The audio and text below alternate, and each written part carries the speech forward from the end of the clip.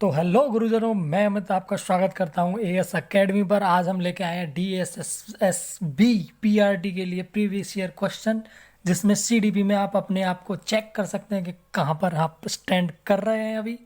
तो वीडियो को लाइक करते हुए, चेक करते हुए हम आगे बढ़ते हैं। तो पहला क्वेश्चन है आपके सामने ये रहा। निम्नलिखित में से कौन सा कथन विकास और अधिगम के बीच संबंधों को सर्वश्रेष्ठ रूप से जोड़ता है? विकास मतलब डेवलपमेंट और अधिगम मतलब लर्निंग, दोनों को कौन सर्वश्रेष्ठ रूप से जोड़ता है? पहला है हमारा विकास अधिगम से स्वतंत्र है, दूसरा है अधिगम विकास के पीछे रहता है, तीसरा है अधिगम और विकास समानार्थक परिभाषित शब्द हैं, और चौथा है अधिगम और विकास एक जटिल तरीके से अंतर संबंधित है। विकास अधिगम से स्वतंत्र है, ये हो नहीं सकता। क्यों हो नहीं सकता? कि विकास एक सतत प्रक्रिया है, विकास में ही हम सीखते हैं, लर्न करते हैं, एक्विजिशन करते हैं, ये हमारे सब विकास के ही पार्ट है। अधिगम विकास के पीछे चलता है, नहीं, साथ साथ चलता है। जैसे आपका विकास होगा वैसे ही आप लर्निंग करेंगे। अधिगम और विकास समानार्थक परिभाषित शब्द हैं, शब्द नहीं है, ठीक है, एक जैसे नहीं है। समानार्थ का मतलब होता है सिनोनिम, ठीक है, ये एक जैसे शब्द नहीं है। अधिगम का मतलब डिफरेंट होता है, किसी चीज को सीखना होता है और बढ़ना होता है। विकास का मतलब आपको लर्न करके अपने व्यवहार, अपने नेचर, आपकी सब जो एबिलिटी है उसमें चेंज को हम विकास कहते हैं। चौथा है अधिगम और विकास एक जटिल तरीके से अंतर संबंधित। हाँ, ये बिल्कुल सही है। जब आप विकास करेंगे तो आप ऑटोमेटिकली लर्निंग करेंगे, ठीक है, ऑटोमेटिकली लर्निंग करेंगे। आई होप आपको समझ में आया होगा। चलिए अगले क्वेश्चन की तरफ बढ़ते हैं। अगला क्वेश्चन है हमारा, किशोरावस्था वह काल है जिसकी विशेषताएं हैं लिंगी, सामाजिक, व्यवसायिक, एक आदर्श संबंधी समायोजन और माता पिता पर निर्भरता से मुक्ति प्रदान करने की चेष्टा। यह कथन किसका है? पहला है इसमें स्टेनले हॉल, दूसरा है कुहलन, दूसरा है कोहलबर्ग, चौथा है कोहलर। कोहलन जो हमारे स्टेटमेंट दिया है हमारा, ये वाला लिंगी, सामाजिक, व्यवसायिक, एक आदर्श संबंधी समायोजन और माता पिता पर निर्भरता से मुक्त है, इन्होंने कहा था कोलन ने, ठीक है। ये सब किसका, ये कथन किसका है? कोलन का। तो स्टेनले ने कहा था एडोलेसेंस मतलब किशोर अवस्था हमारी तनाव, तूफान और संघर्ष की अवस्था है। कोलबर्ग ने हमारा साइको सोशल थ्योरी दी थी। कोलन ने हमारी इंस्टिक्ट लर्निंग थ्योरी दी थी, ठीक है। क्या? सूझबूझ का सिद्धांत किसके ऊपर? एप या बनमानुस, जिसका नाम था सुल्तान, ठीक है, आपको समझ में आया होगा। तो हमारा इसका ऑप्शन नंबर 2 बिल्कुल करेक्ट हो जाएगा। चलिए आगे बढ़ते हैं। हमारा क्वेश्चन है 3, विकास शब्द में निहित है। विकास शब्द में क्या निहित है? केवल संरचनात्मक बदलाव, केवल प्रक्रियात्मक बदलाव, और ऑप्शन नंबर 3 दोनों, संरचनात्मक तथा क्रियात्मक बदलाव, और ऑप्शन 4 इनमें से कोई नहीं। क्या लगाएंगे आप? सोचिए, क्या लगा सकते हैं आप? विकास क्या है? विकास क्या है? विकास हमारी एक संरचनात्मक तथा क्रियात्मक बदलाव है, मैंने अभी पीछे बताया था। संरचनात्मक मतलब स्ट्रक्चरल, क्रियात्मक मतलब मोटर, मतलब मोटर, दोनों होते हैं उसमें हमारे। मतलब अब मैं सीधी सीधी भाषा में कहूँ तो क्वांटिटेटिव और क्वालिटेटिव, मात्रात्मक और गुणात्मक दोनों प्रभाव होते हैं, ठीक है। तो हमारा ऑप्शन नंबर 3 बिल्कुल करेक्ट हो जाएगा इसमें। चलिए आगे बढ़ते हैं। चौथा क्वेश्चन है हमारा, निम्नलिखित में से कौन सा प्रारंभिक बाल्यावस्था अवधि के दौरान उन भूमिकाओं एवं व्यवहारों के बारे में जानकारी प्रदान करते हैं जो एक समूह में स्वीकार्य हैं? कौन करते हैं हमारी बाल्यावस्था में उन चीज़ों को? कौन रिकॉग्नाइज करता है कि ये चीज़ गलत है, ये चीज़ नेगेटिव है, ये चीज़ ये मत कर? कौन करता है ये? हमारे सीधा सीधा जंपर हमारे पेरेंट्स, हमारे सिबलिंग्स। तो हमारा ऑप्शन नंबर 4 बिल्कुल करेक्ट हो जाएगा, माता पिता एवं भाई बहन, ठीक है। अध्यापक, साथी, आप इसे रिलेट कर सकते हैं जीवन से, सोच के देखिएगा, ठीक है। आगे बढ़ते हैं। पांचवा क्वेश्चन है हमारा, विकास के बारे में निम्नलिखित में से क्या कथन सही है? ठीक है, ध्यान से पढ़िएगा, बहुत इंपॉर्टेंट क्वेश्चन है। ये सारे क्वेश्चन DSSB में आ चुके हैं, मैं PRT की बात कर रहा हूँ, आ चुके हैं। ये रिपीट होंगे कैसे? मतलब इसके स्टेटमेंट चेंज हो जाएंगे सिर्फ, क्वेश्चन यही होगा, स्टेटमेंट चेंज हो जाएंगे सिर्फ, ये ध्यान रखना। ये प्रीवियस ईयर क्वेश्चन है टोटल, आप चेक कर लीजिएगा कि प्रीवियस ईयर क्वेश्चन कितनी रिपीट होते हैं DSSB और KVS, ठीक है। तो पहला ऑप्शन क्या है इसमें? विकास भिन्न व्यक्तियों में भिन्न गति से होता है। दूसरा है हमारा, विकास जन्म से किशोरावस्था तक बहुत तीव्र गति से होता है और उसके बाद रुक जाता है, ठीक है। तीसरा ऑप्शन है हमारा, विकास जन्म से किशोर अवस्था तक आगे की ओर बढ़ता है और फिर पीछे की ओर जाता है, ठीक है। चौथा है, विकासात्मक परिवर्तन एक सीधी रेखा में आगे आगे जाते हैं, ठीक है। यहाँ प्रिंटिंग मिस्टेक है थोड़ी, आगे जाते हैं। तो हमारा ऑप्शन क्या हो जाएगा? क्या हमारा विकास सीधा एडोलेसेंस मतलब किशोरावस्था तक ही जाता है और पीछे आ जाता है? नहीं, हम शुरू से बढ़ते आ रहे हैं। विकास हमारा एक सतत विकास है जो जीवन पर्यंत चलता है। विकास जन्म से किशोरावस्था तक चलता है, बहुत तीव्र गति से चलता है, फिर रुक जाता है? नहीं, ये कभी नहीं रुकता। तो हमारा ऑप्शन नंबर 4, वो ऑप्शन नंबर 1 बिल्कुल करेक्ट हो जाएगा। ये विकास भिन्न व्यक्तियों में मतलब इंडिविजुअल डिफरेंस में भिन्न गति से होता है, डिफरेंस प्रोसेस से होता है, ठीक है। हमारा ऑप्शन नंबर 1 बिल्कुल करेक्ट हो जाएगा, ठीक है। ऑप्शन हमारा क्वेश्चन नंबर 6, किशोर अवस्था में बच्चे किस प्रकार की समस्या का सामना करते हैं? किशोर अवस्था मतलब एडोलेसेंस में बच्चे के सामने क्या क्या समस्या आते हैं, वो क्या क्या टैकल करता है, ठीक है। शारीरिक एवं मानसिक परिवर्तन, अपने साथियों के साथ समायोजन, अपने माता पिता के समायोजन के साथ समायोजन, पढ़ाई संबंधी समायोजन, ठीक है। तो एडोलेसेंस क्या कहेगी थी? तनाव, तूफान और संघर्ष। तो क्या का तनाव, स्ट्रेस, ठीक है, तूफान मतलब फिर स्ट्रेस, संघर्ष, किसी एक चीज़, ये एक हमारी एडोलेसेंस एक ऐसी स्टेज आती है जिसमें हम किसी से नहीं डरते, मतलब तोड़फाड़, सीधी धूम धड़क्का, ठीक है। तो हमारा ऑप्शन नंबर 1 बिल्कुल करेक्ट हो जाएगा, जिसमें हम शारीरिक रूप से हमारे अंदर बहुत सारे हार्मोनल चेंज होते हैं हमारे एडोलेसेंस स्टेज में, किशोर अवस्था में, ठीक है। किशोर अवस्था में हमारे अंदर शारीरिक मतलब हार्मोनिक चेंज होते हैं और मेंटली चेंज होते हैं। इस अवस्था में बच्चा कभी भी वो नहीं रह सकता इक्विलिब्रेट। क्यों? किसी से चिड़चिड़ापन है, किसी से मनमुटाव है, वो इसी अवस्था में सबसे ज़्यादा वो होता है, ठीक है। चिड़चिड़ापन, मनमुटाव, बहुत सारी चीज़ें होती हैं जो हमारी किशोर अवस्था में होती हैं। तो ऑप्शन नंबर 1 बिल्कुल करेक्ट हो जाएगा। प्रीवियस ईयर है ये, और ऐसे ही आते हैं, आप ध्यान से देखिएगा इनको। अपने साथियों के साथ समायोजन, एडोलेसेंस में साथियों के साथ समायोजन करना, साथियों के साथ भी समायोजन करना, यस, अपने माता पिता के साथ समायोजन करना। इस स्टेज में माता पिता से सबसे ज़्यादा बच्चे लड़ते हैं, ठीक है। आगे बढ़ते हैं।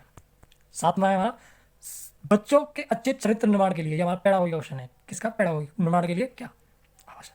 पाठ्य पुस्तक में चरित्र निर्माण संबंधी पाठ होना, ठीक है। ये पार्टी नहीं है, आप गलत मत समझना, पार्टी होना नहीं, पाठ होना, ठीक है। पाठ पाठ होना, चरित्र निर्माण के लिए व्याख्यान दिए जाना, ठीक है। तो ये दूसरा ऑप्शन। कक्षा कक्ष गतिविधि इस प्रकार से हो कि बच्चों को चरित्र निर्माण में सहायता मिल सके, ठीक। महापुरुषों की जीवनी को पढ़ाई जाना, ठीक है। ना तो किसी की जीवनी को पढ़ाने से बच्चे का चरित्र बनेगा, ना ही पाठ्य पुस्तक में कोई पार्ट ऐड करने से उनके चरित्र निर्माण का होगा, ना ही चरित्र निर्माण के लिए किसी की वो लेक्चर सुनेंगे कि हमारा किसी लेक्चर से हो जाएगा। कब होगा? इंटरेक्शन से। इंटरेक्शन कब होगा? हमारे बच्चे का कक्षा कक्षा में गतिविधियां करेगा, वो खेल कूदेगा तो उसका सोशलाइजेशन होगा।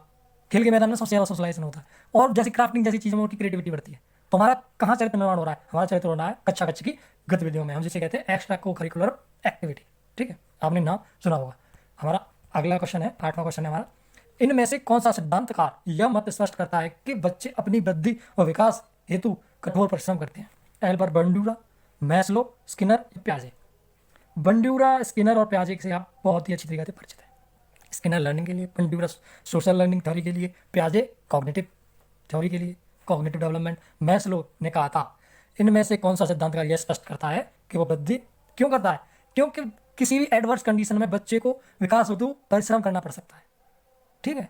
किसी की फेवरेबल कंडीशन है तो उसका विकास होएगा। मान लीजिए कोई बच्चा है और इसका विकास अच्छा पोषण नहीं मिल रहा है, अच्छी चीज़ नहीं मिल रही है, अच्छी शिक्षा नहीं मिल रही है, तो उसे उसके लिए कठिन परिश्रम करना पड़ेगा। ये किसने कहा था? मैस्लो ने, इब्राहिम मैस्लो, ठीक है। तो हमारा आंसर क्या हो जाएगा? ऑप्शन नंबर 2 बिल्कुल करेक्ट हो जाएगा, इब्राहिम मैस्लो। 9वां क्वेश्चन है हमारा, निम्नलिखित में से कौन सा विकासात्मक विकार का उदाहरण नहीं है? पहला है आत्मविमोह, ऑटिज्म, और दूसरा है प्रमस्तिष्कघात, सेरेब्रल पाल्सी, तीसरा है पर अभिघाता तनाव, पोस्ट ट्रॉमेटिक स्ट्रेस, और चौथा है न्यून अवधान सक्रिय विकास, attention deficit hyperactivity disorder. पहला डिसऑर्डर क्या है इसमें हमारा? पहला डिसऑर्डर है हमारा ऑटिज्म। ऑटिज्म में क्या होता है? ऑटिज्म में क्या होता है? विकास से जुड़ी गंभीर समस्या है ये एक, जिसमें सोशलाइजेशन से बहुत ही बच्चे घबराते हैं, मतलब दूसरे लोगों से कम जुड़ पाते हैं, कम बातें कर पाते हैं, उनसे बातें करने में घबरा जाते हैं, ठीक है। तो हमारा ये तो एक विकार है, वो पूछ रहा है नहीं है, तो ये हमारा आंसर नहीं हो सकता, ठीक है। ये हमारा आंसर नहीं हो सकता। दूसरा है हमारा सेरिब्रल पाल्सी। सेरिब्रल पाल्सी में क्या होता है? इसमें मनुष्य की मांसपेशियां मतलब मसल्स को कॉन्ट्रैक्ट मतलब संकुचित कर देती है, तो उनकी मसल टोन बिगड़ जाती है, जिससे हमारी बॉडी का एक पोस्चर बिगड़ जाता है। ये जन्मजात है प्रकृति, ये जन्मजात एक वो है डिसऑर्डर है, ठीक है। उसका पोस्चर ठीक से नहीं आता, तो ये भी हमारा एक डिसऑर्डर है, तो ये नहीं हो सकता हमारा आंसर। तीसरा है हमारा पोस्ट ट्रॉमेटिक स्ट्रेस। इसमें क्या होता है? इसमें होता है जैसे कि आपके जीवन में कोई भी एक भयानक घटना घटी और जिसके बाद आप थोड़ा मूव ऑन करने लगे, मतलब आगे बढ़ने लगे, थोड़ा स्ट्रेस से बाहर आने लगे, तो उसे हम कहते हैं पोस्ट ट्रॉमेटिक। जैसे आप पहले ट्रॉमा में गए और उसके बाद उससे उभरे, तो हमारा ये एक डिसऑर्डर नहीं है, ये हमारा एक डिसऑर्डर नहीं है। चौथा है attention deficit hyperactivity disorder, ADHD। जिसके लिए तो बहुत सारे क्वेश्चन आते हैं, इस पर तो एक पूरा लेक्चर दे सकते हैं, लेकिन सीधे सीधे समझिए आप। इसमें क्या होता है कि पहले से कोई भी चीज़ चलती आ रही है और उस पर आप एक टाइम पर आके आप कंसंट्रेट नहीं कर पाते हैं, बहुत कठिनाई होती है कंसंट्रेट करने में, यही हमारा होता है attention deficit hyper activity disorder. बहुत ही सिंपल शब्दों में पुरानी चीज़ आपकी चलती आई है और जिसमें कंसंट्रेट करना एक बहुत ही भयानक समस्या है, मतलब बच्चा कंसंट्रेट नहीं कर पाता, ठीक है। आगे बढ़ते हैं। अगला क्वेश्चन हमारा, उच्च प्राथमिक स्तर पर शैक्षणिक एवं कैरियर निर्देशन की आवश्यकता है, शैक्षिक कैरियर एवं व्यक्तिगत निर्देशन की आवश्यकता है, तीसरा है केवल कैरियर निर्देशन की आवश्यकता है, चौथा है केवल शैक्षणिक। इसमें हमारा ऑप्शन नंबर 2 बिल्कुल सही हो जाएगा। हमारे उच्च प्राथमिक पर शैक्षिक और कैरियर एवं व्यक्तिगत मतलब हम उसे इंडिविजुअली भी गाइडेंस मतलब इंस्ट्रक्शन दे सकते हैं, ठीक है। तो हमारा ऑप्शन नंबर 2 इसका बिल्कुल करेक्ट हो जाएगा। 11वां क्वेश्चन है हमारा, निम्नलिखित में से डैश के अतिरिक्त सभी वातावरणीय कारक विकास को आकार देते हैं, ठीक है, विकास को आकार देते हैं। पौष्टिकता की गुणवत्ता, संस्कृति, शिक्षा की गुणवत्ता और शारीरिक गठन। हमारा सीधा आपने ग्रोथ एंड डेवलपमेंट पढ़ा होगा, तो शारीरिक गठन हमारा किस में आ जाएगा? ग्रोथ में। और ये क्या बोल रहा है क्वेश्चन, क्या कह रहा है? विकास को आकार देते हैं, तो ये डेवलपमेंट है हमारा। हमारा ऑप्शन नंबर 4 बिल्कुल करेक्ट हो जाएगा। पौष्टिकता, विकास कब बढ़ेगा? जब हम स्वस्थ रहेंगे। संस्कृति, कैसे हम अपनी संस्कृति में रहेंगे तो हमारा विकास बढ़ेगा। शिक्षा की गुणवत्ता, हमारी जितनी हायर क्वालिटी एजुकेशन होगी हम उतना ही विकास आगे करेंगे, उतना ही इंप्रूव होते जाएंगे, उतना ही लर्निंग करेंगे, तो वो हमारा विकास को आकार देगा एक, ठीक है। लेकिन शारीरिक गठन हमारी ग्रोथ से रिलेटेड है, ठीक है। तो हमारा ऑप्शन नंबर 4 बिल्कुल करेक्ट हो जाएगा। चलिए आगे बढ़ते हैं।